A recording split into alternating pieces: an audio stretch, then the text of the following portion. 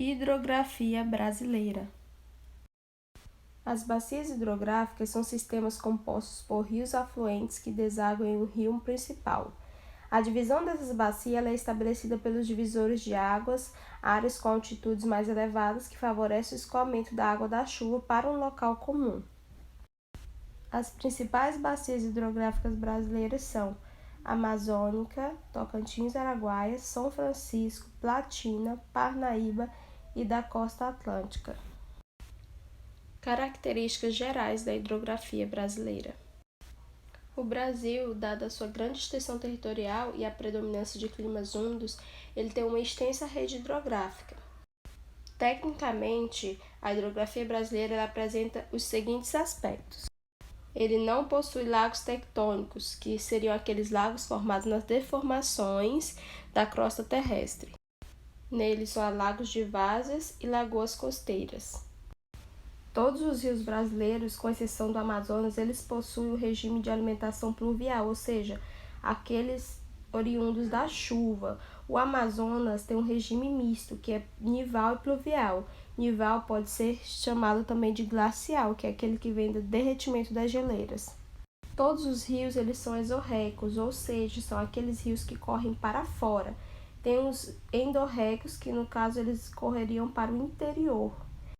Só há rios temporários ou intermitentes apenas no sertão nordestino, que são aqueles rios que apresentam seca em determinadas partes do ano. Os outros rios são perenes, ou seja, aqueles rios que sempre têm água durante todo o ano. Predominam os rios de planalto em áreas com elevados índices pluviométricos, ou seja, aquelas áreas que há bastante chuva. À exceção do rio Amazonas, que possui uma foz mista, delta e estuário, e do rio Parnaíba, que possui foz em delta, todos os rios brasileiros eles desaguam livremente no oceano e formam os estuários. O que seria essa foz em delta? Seria aquela formada por vários canais que vão desaguar no mar. Já o estuário, ele seria esse ambiente de encontro, de transição entre o rio e o mar. A bacia amazônica é a mais extensa bacia fluvial do mundo. As duas grandes bacias planálticas são a Platina e a do São Francisco. Como a maior parte do país se localiza na zona tropical, os seus rios apresentam cheias e estiagens em determinadas épocas do ano. Bacia Amazônica. A bacia amazônica ela equivale a mais da metade do território brasileiro. Ela nasce no Peru e no Brasil ela percorre os estados do Amazonas, Roraima, Rondônia, Mato Grosso, Pará e Amapá. Ela abrange uma área de 6,5 milhões de quilômetros quadrados, drenando a água de 6 países além do Brasil. Ela ocupa uma área de quase 4 milhões de quilômetros quadrados. O seu principal rio é o rio Amazonas. Ele é um rio tipicamente de planície. E ele possui uma extensão de mais de 6.992 quilômetros. Na bacia amazônica vão se destacar as usinas hidrelétricas de Balbinas, no Amazonas, de Curuá-Uma, no Pará, e de Samuel, em Rondônia. Bacia Tocantins-Araguaia. Ela é a maior totalmente brasileira. E no curso inferior do rio Tocantins situa-se a hidrelétrica de Tucuruí, que abastece os projetos de mineração da Serra dos Carajás e das indústrias Alunorte, Alumar e Albrás. Ela abrange também parte da Amazônia Oriental e parte do Nordeste, além da hidrelétrica da Serra da Mesa, em Goiás. O rio Araguaia ele apresenta grande potencial para navegabilidade e possui a maior ilha fluvial do mundo, a Ilha do Bananal. A bacia Tocantins-Araguaia ela abrange os estados do Pará, do Goiás, do Mato Grosso, do Tocantins, do Maranhão e do Distrito Federal. Bacia do São Francisco. É uma das mais importantes do país. Ela situa-se quase totalmente em áreas de planalto. Ela abrange os estados de Minas Gerais, da Bahia, de Pernambuco, Alagoas, Sergipe e pega parte do Goiás e do Distrito Federal também. Ela possui grande potencial energético e sua produção hidrelétrica ela abastece tanto a região sudeste como a nordeste. O governo brasileiro está implementando a transposição das águas do São Francisco até o sul do Piauí e Maranhão. Esse projeto de transposição é uma das mais polêmicas obras executadas pelo governo federal. Depois dei uma pesquisada sobre este assunto. Bacia do Parnaíba. Ele possui como rio principal o Parnaíba e se estende pelos estados do Piauí, Maranhão e Ceará. Ele percorre áreas da Caatinga, floresta tropical e vegetação litorânea. É a segunda maior bacia do Nordeste, ficando atrás apenas da bacia do Rio São Francisco. Ele ocupa aproximadamente 3,9% do território nacional. E por atravessar uma área de clima semiárido, ele é caracterizado por possuir vários rios temporários, ou seja, seus leitos secam durante o período de estiagem. Bacia Platina. Ela é formada pelas bacias dos rios Paraná, Paraguai e Uruguai. A Bacia do Paraná ela é essencialmente planáltica. Ela ocupa o primeiro lugar em potencial hidrelétrico do país. O rio Paraná ele é formado pela fusão dos rios Grande e Parnaíba, e ele separa os estados de São Paulo e Mato Grosso do Sul, Paraná e Mato Grosso do Sul. A Bacia do Paraguai.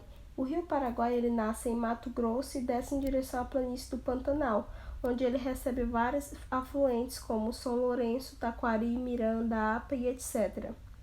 Essa bacia é típica de planície. A navegação nessa bacia ela é internacional, pois esse rio Paraguai ele banha terras do Brasil, do Paraguai e Argentina, permitindo o escoamento de minérios do maciço do Urucum, além de produção agrícolas para o sudeste do Brasil. Bacia do Uruguai. Ela apresenta um trecho planáltico e outro de planície. Seu rio principal é o Uruguai, onde ele nasce da junção dos rios de Pelotas e Canoas. Mesmo ele ocupando uma área onde o clima é subtropical, com chuvas bem distribuídas o ano todo, essa rede hidrográfica ela é pouco utilizada para a produção de energia e transporte fluvial. Bacias secundárias. As bacias secundárias são aquelas que são localizadas próximas à região litorânea e que possuem rios com menor extensão territorial em comparação com as bacias principais. Esses rios apresentam uma menor quantidade de afluentes. Algumas características principais e localizações dessas bacias são: temos a Bacia do Atlântico do Nordeste Oriental, que ela se estende do Maranhão até o Alagoas e é formada por rios perenes e temporários. A Bacia do Atlântico do Nordeste Ocidental, que ela engloba boa parte do Maranhão e uma pequena região do Pará. Temos também a Bacia do Atlântico Leste, que ela se estende de Sergipe até São Paulo e é formada pelos rios curtos, de expressão local e que nascem nas encostas dos planaltos. A Bacia do Atlântico Sudeste, que por estar localizada numa região intensamente urbanizada, ela possui uma das menores disponibilidades relativas. E a última, que é a Bacia do Atlântico Sul. Ela ocupa 2,2% do território brasileiro e abrange áreas dos estados do Paraná, de Santa Catarina e do Rio Grande do Sul. Ela drena uma área intensamente urbanizada que originalmente era coberta pela Mata Atlântica. Águas subterrâneas. Além de contar com grande quantidade de águas superficiais, o Brasil possui grandes reservatórios de água doce subterrânea. Um desses aquíferos é conhecido como Aquífero Guarani. Ele está localizado na região centro-oeste da América do Sul e ele trata-se de um dos maiores mananciais de água doce subterrânea da América do Sul. Ele estende-se pelo Brasil, Paraguai, Uruguai e Argentina. O Aquífero Guarani tem esse nome em homenagem à nação indígena que habitava naquele território. Embora grande parte dele ainda permaneça sem utilização, nos pontos de afloramento onde se obtém água em pequenas profundidades é verificada a poluição. Diversos fatores estão ligados a isso, como por exemplo a utilização de agrotóxicos nas lavouras e a exploração de carvão mineral também, que são responsáveis pela poluição desse aquífero. O aquífero Alter do Chão está localizado sobre os estados do Amapá, Amazonas e Pará, e é considerado desde 2010 o aquífero com maior volume do mundo, com aproximadamente 86 mil km³. Este aquífero foi formado por meio do armazenamento das águas de chuvas em rochas permeáveis. O fato dessa região estar localizada em uma área de clima equatorial que possui altos índices pluviométricos, ou seja, chove bastante ao longo do ano, explica a grandeza do seu volume. Estudos recentes procuram comprovar que, na verdade, o aquífero Alter do Chão ele faz parte de um complexo chamado Sistema Aquífero Grande Amazônia, SAGA, que, se comprovado, ele será o maior reservatório de água subterrânea do mundo. Aquífero Karst, ele possui uma área aproximadamente de 5.740 km² e está localizado no estado do Paraná, entre vários municípios. Sua formação decorre da dissolução de rochas calcárias presentes na região. Crise hídrica. Desde 2012, o Brasil apresenta uma escassez de oferta de água para abastecimento nas principais metrópoles brasileiras. Além do abastecimento público, a crise hídrica afeta os setores de agrícola, industrial e de geração de energia hidrelétrica, o que traz consequências diretas à economia da região.